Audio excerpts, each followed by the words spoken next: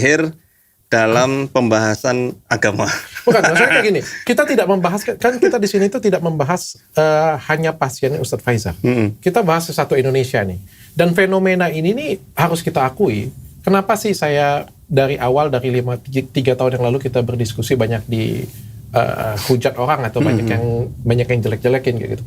Karena fenomena ini terjadi dari akar rumpun masyarakat kita di daerah. Semua di daerah ini kalau sakit itu pergi ke orang pintar, pergi ke orang ini. Itu harus kita akuin sama-sama.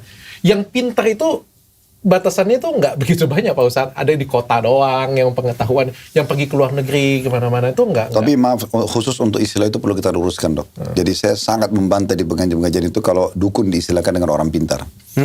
Mereka itu dukun, dan dukun ini dulu itu kan selalu menakutkan ya. Digambarkan rambutnya gondrong misalnya, atau dia pegang tongkat pakai tengkorak gitu-gitu ya.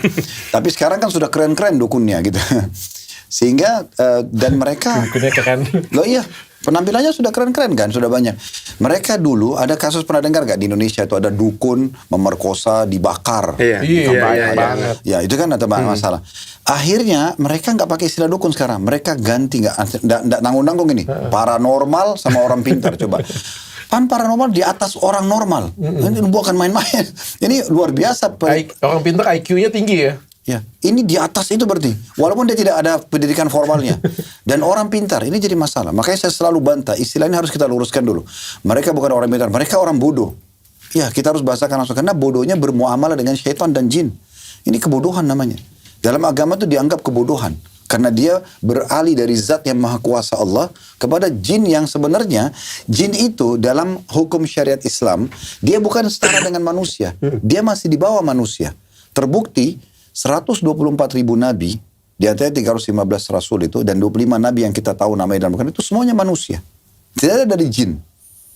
Allah subhanahu wa ta'ala memuliakan manusia. Fi ahsani taqwim itu, mereka sempurna bukan cuma secara fisik, bahkan secara pemilihan. Makanya Nabi Adam didahulukan dari iblis untuk memimpin di muka bumi.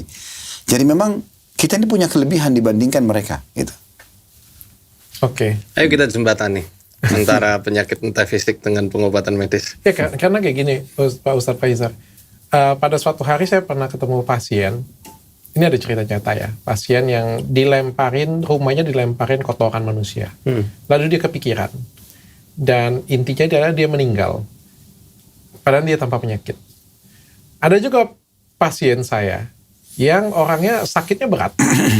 Tapi karena dia percaya dengan kesembuhan, maka dia punya kualitas hidup yang baik. Dan dia hidup sampai sekarang.